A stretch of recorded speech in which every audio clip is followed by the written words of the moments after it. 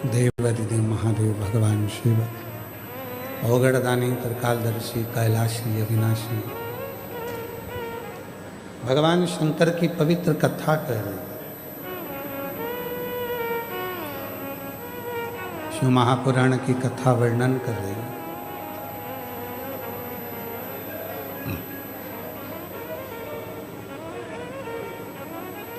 एक आस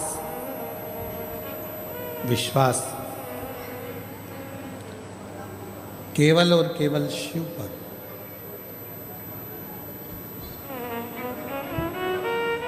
दक्ष प्रजापति ने जब माता सती के लिए स्वयंवर रखा,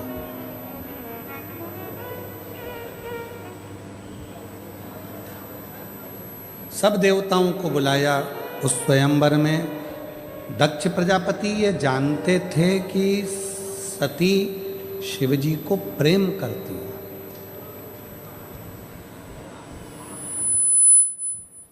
उनके हृदय में ये बात थी कि सती माता भगवान शंकर को प्रेम करती है, स्नेह करती है।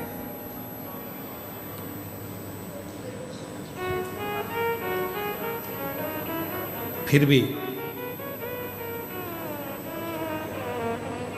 दक्ष प्रजापति ने शिवजी को नहीं बुलाया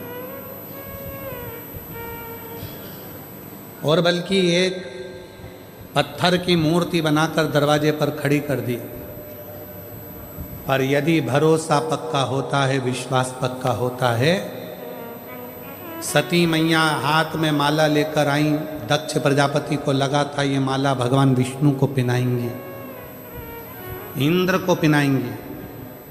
इतने सुंदर सुंदर देवता बैठे हैं, ये जयमाला अगर पहनाएगी माता सती तो किसी देवता को पहनाएगी।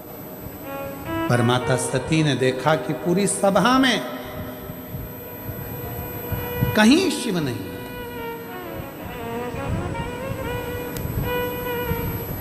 पूरी सभा के अंदर कहीं भगवान देवादिदेव महादेव भगवान शंकर है ही नहीं।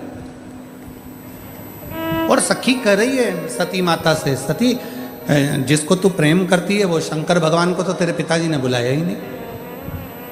और तो और तेरे पिताजी ने एक मूर्ति बनवा के दरवाजे पर खड़ी कर दी हंसी उड़ाने के लिए। नहीं आए ना, कोई बात नहीं, शिव नहीं आए, कोई बात नहीं। माला लेकर मां सती चली। चारों तरफ माता सती माला लेकर भ्रमण करी। माला को पकड़कर माता सती दरवाजे के बाहर दौड़ कर गई।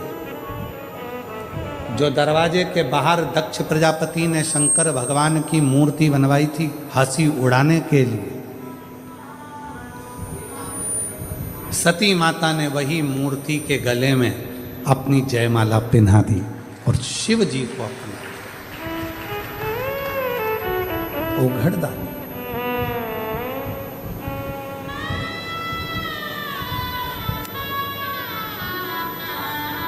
दक्ष प्रजापति बोले, दक्ष प्रजापति ने कहा, दक्ष प्रजापति बोले कि ये तो पत्थर की मूर्ति पे इसने माला पहनाई।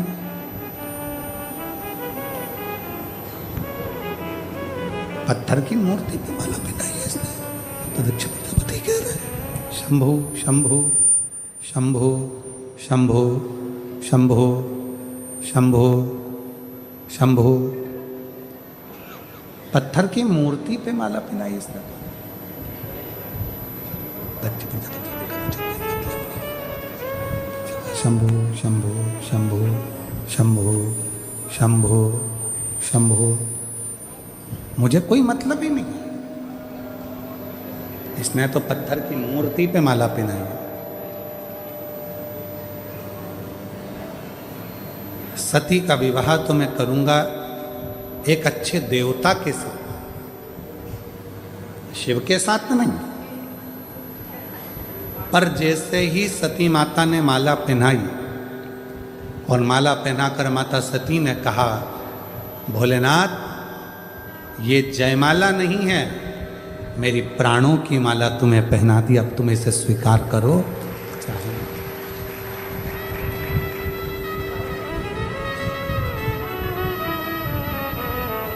ये जयमाला नहीं है, मैंने अपने प्राणों की माला तुम्हें पहना दी, अब तुम इसको स्वीकार करो चाहे मत करो, ये तुम्हारे ऊपर निर्भर करो, मैंने तो दे दिया। अब सौंप दिया इस जीवन का सब भार तुम्हारे हाथों में है, हार तुम्हारे हाथों में और जीत तुम्हारे हाथ। अब मैंने तो सौंप दिया, मैंने तो छोड़ दिया, अब आप इसको स्वीकार करें ना करें ये आपके ऊपर है। बस दक्ष प्रजापति ने जैसे ही माता सती का हाथ पकड़ा और हाथ पकड़कर जैसे ही दक्ष प्रजापति सती माता को लेकर दरवाजे से अंदर की ओर जाने लगे, माता को लेकर जैसे ही दरवाजे के अंदर जाने लगे, वैसे ही शिव उस पाषाण की मूर्ति में से प्रकट हो गए और सती का हाथ पकड़कर अपनी ओर खींचा।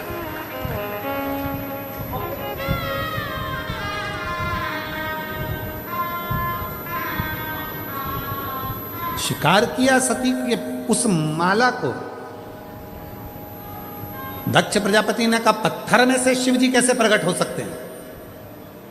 शंकर भगवान ने जो शब्द कहा, बड़ौदा के एक एक बच्चा बच्चा उस शब्द को जरूर सुने जो मेरे भोलेनाथ जी ने कहा दक्ष प्रजापति के सामने। और जितने लोग आस्था चैनल पर कथा सुन रहे हैं, फेसबुक यूट्यूब पर कथा श्रवण कर रहे हैं, जितने सोशल मीडिया पर कथा श्रवण कर रहे हैं, वो भी इस शब्द को जरूर सुने। शंभु शंभु, गला पकड़ रहा है बेटा, माइक फिर गड़बड़ कर दिया तुमने। शंभु, शिव ने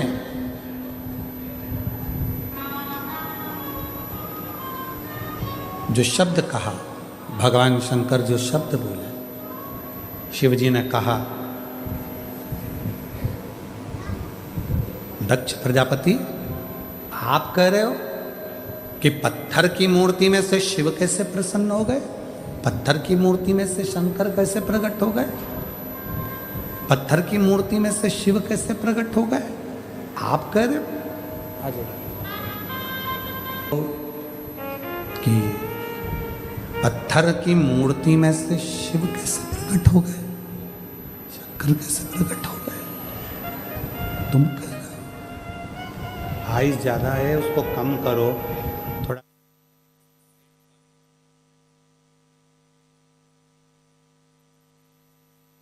शिव कैसे प्रकट हो गए? दक्ष प्रजापति तुम कह रहे हो कि इसमें शंकर कैसे प्रकट हो गए? शिव जी ने जो कहा वो आप भी धारण करिएगा बसरेंद्र। शिव जी ने जो कहा वो आप भी ध्यान करिए। शंकर भगवान कहते हैं सुनो दक्ष प्रजापति, दुनिया की दृष्टि में लगता है कि शंकर का शिवलिंग पत्थर का है, दुनिया की दृष्टि में लगता है कि ये तो एक कंकर है, पत्थर है, पर शंकर कहते हैं दक्ष प्रजापति अगर संसार का मनुष्य एक बेलपत्र भी दिल से अगर मुझे समर्पित करता है तो उसके बेलपत्र का हिसाब मेरे पास में रहता है, उसके बेलपत्र का हिसाब मेरे पास में है, उसके बेलपत्र का हिसाब मेरे पास में है, रखता हूं। जीजियों आप भले भूल गए, वो याद रखना। हम आपसे पूछें 28 दिसंबर को भोजन में आपने सुबह के भोजन में क्या खाया था? 28 दिसंबर को सुबह के भोजन में आपने क्या क्या चीज खाई थी, आपको याद है? जम के बोलो जरा। नहीं, चलो जाने दो। 12 नवंबर को आपने क्या खाया था, याद है क्या? अरे बोलो तो जम के। नहीं।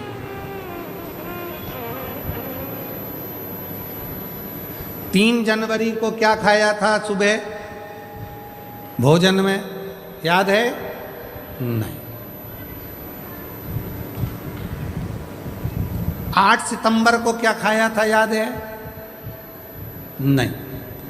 पर तुमने जो 12 नवंबर को खाया, 14, 28 दिसंबर को खाया, जो भी तुमने खाया तुम्हें भले याद ना हो, पर तुमने जो खाया वो तुम्हारे शरीर में रक्त बनकर आज भी घूम रहा है और वो शरीर को बल दे रहा है, एनर्जी दे रहा है। वो जो तुमने खाया था, वो जो तुमने 28 दिसंबर को खाया था, उसकी रक्त की एक बूंद तुम्हारे शरीर में आज भी चल रही है।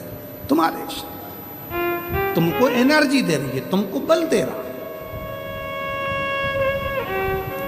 उसी तरह कई लोग हैं, शंकर भगवान को जल चढ़ाते हैं, सोचते हैं कि हम जल चढ़ाने जाते हैं, भगवान शंकर इसको स्वीकार करते कि नहीं करते। याद रखना, तुम्हारा खाया तुम्हें भले याद ना हो, पर तुम्हारे शरीर में रक्त बनकर चलता है।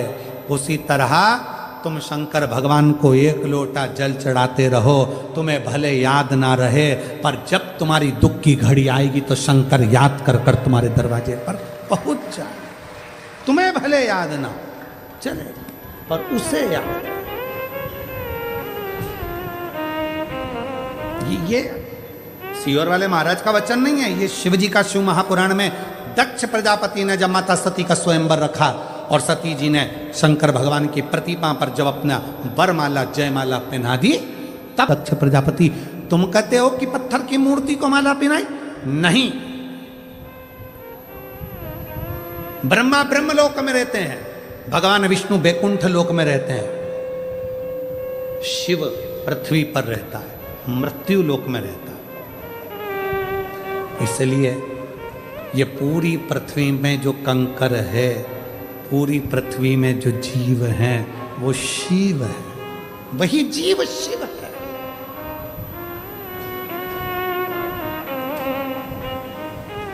कुबेरेश्वर बाबा की पवित्र धरा पर लोग आते हैं, सीहोर में पहुंचते हैं, कंकर शंकर का पूजन करते हैं, 5 कंकर रखकर उसकी पूजन करते हैं, 1 कंकर अपने साथ उठाकर ले जाते हैं। फिर बाद में बाबा उनकी कामना पूरी कर देता है तो वो कंकर रख जाते हैं।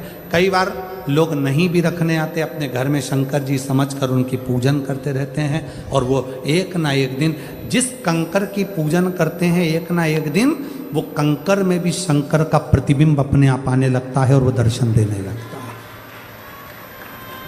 पत्थर मत समझो उसको, कंकर मत समझो। जैसे हम शिव महापुराण को कभी भी शिव महापुराण नहीं समझते। अगर एक बेलपत्र यहाँ से उठाकर देते भी हैं तो ये हम नहीं मानते कि हम शिव पुराण पे से चढ़ी हुई दे रहे हैं। हम तो कहते हैं मेरा शंकर जो व्यासपीठ पर विराजमान है, उसका जो ये पुराण है, ये शिवलिंग उसी का स्वरूप है, और हम शंकर से ही मांगकर शंकर की बेलपत्र ही उसको दे रहे हैं जिसको जरूरी है, जिसको जरूरत है, जरूर। इसीलिए शायद दुनिया के लोग कहते हैं कि कौन बनेगा करोड़पति, की हर सीट पे बैठना सरल है, पर शिव महापुराण की व्यासपीठ तक जाना कठिन है। बहुत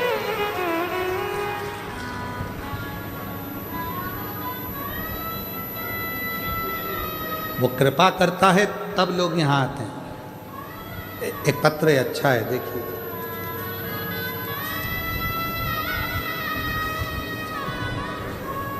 मेरा नाम अनिल लेख राजानी,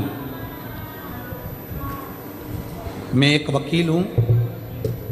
आजवा रोड अमरदीप होम्स बड़ौदा में रहता हूँ और मैं वकील हूँ।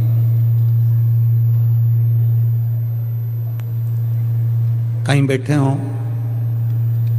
यदि कहीं बैठे हों, आप भी हैं, आ जाइए आ जाइए आ जाइए। शंभू,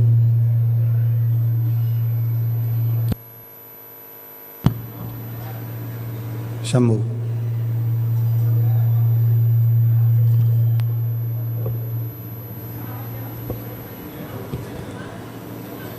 मेरा नाम अनिल लेखराजानी, मैं एक वकील हूँ।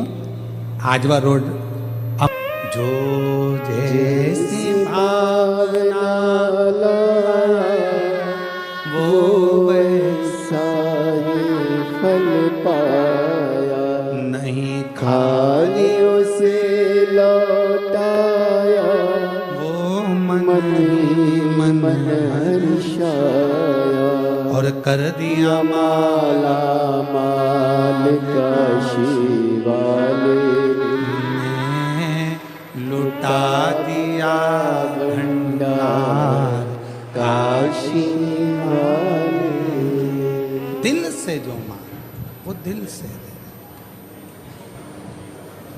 हृदय से देगा। शिव कथा करे,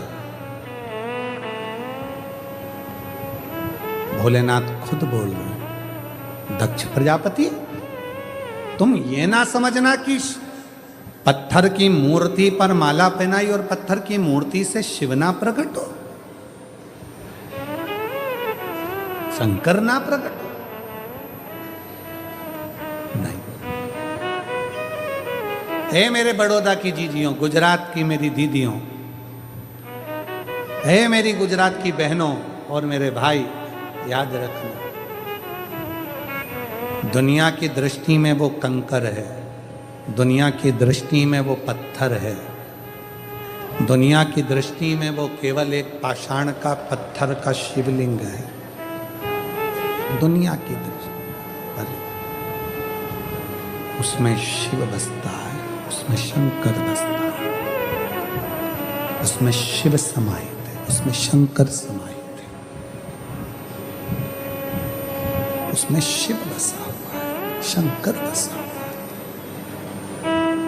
वो दुनिया की दृष्टि में केवल कंकर हो सकता है, वो दुनिया की दृष्टि में केवल एक पाषाण हो सकता है, पर स्वयं शिव महापुराण में दक्ष प्रजापति के चरित्र में शिव स्वयं कह रहे हैं, दक्ष इसको केवल मूर्ति मत समझ, ये मैं अजब